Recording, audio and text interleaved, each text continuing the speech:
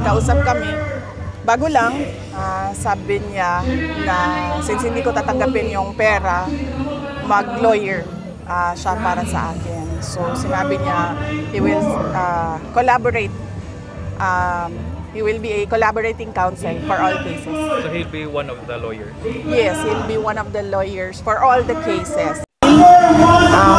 Dili pa man ko kandidato no, and I feel support ni former President Rodrigo Duterte, but siguro hulaton na lang siguro nato kanang naa na gyud ang contest na makita na nato kinsa na ang mga kandidato for the 2028 presidential election. Well, I am confident that I did not break any law. I did not do anything illegal. Pero syempre sa makita nato karon na murag wala na may rule of law, no? So pag naang kaso, amo alam niya kung atubangon.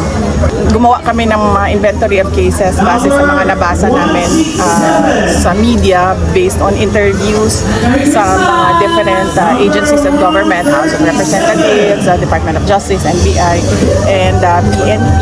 And then for each case, I assigned lawyers. Bago lang, sabi niya na since hindi ko tatanggapin yung pera, mag-lawyer siya para sa akin. So sinabi niya, he will collaborate. He will be a collaborating counsel for all cases. So he'll be one of the lawyers?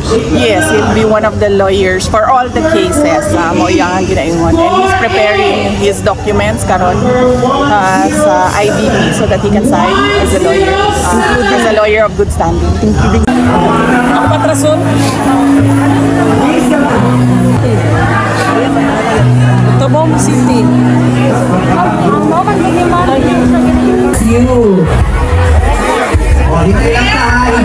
Hinay na. Hinay na. Ano ninyo gusto na? Gusto ako mamutan na.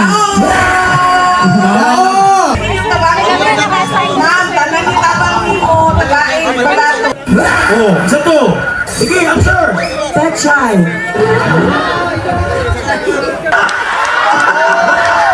Karon. Oh. Wa kami makasa video. Wa kami murakot. Trabaho lang tanan para sa katalimban. Munay timan ninyo magikan sa akong amahan ni atong gobernador. Presidente, ay na lang, nakaduha mo ka Duterte kung maloy Ginoo. Okay na na. Mali tayo na ba mo? Mali tayo na.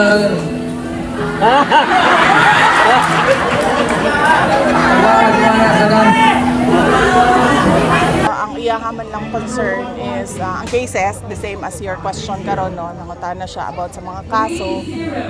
And kadtong nilabay ng dong mga dumaan na mga linggo, nagbigay siya ng financial support. And sinabi ko sa kanya na hindi na kailangan magbigay ng financial support. Okay naman kasi napaghandaan na yung impeachment. Nung nagkausap kami, bago lang, sabi niya na since hindi ko tatanggapin yung pera, mag-lawyer siya para sa akin. So sinabi niya, he will collaborate. He will be a collaborating counsel for all cases. So he'll be one of the lawyers? Yes, he'll be one of the lawyers for all the cases. Mo iyang ginaingon. And he's preparing his documents karon sa IBP so that he can sign as a lawyer of good standing. Yes, I think. Oo.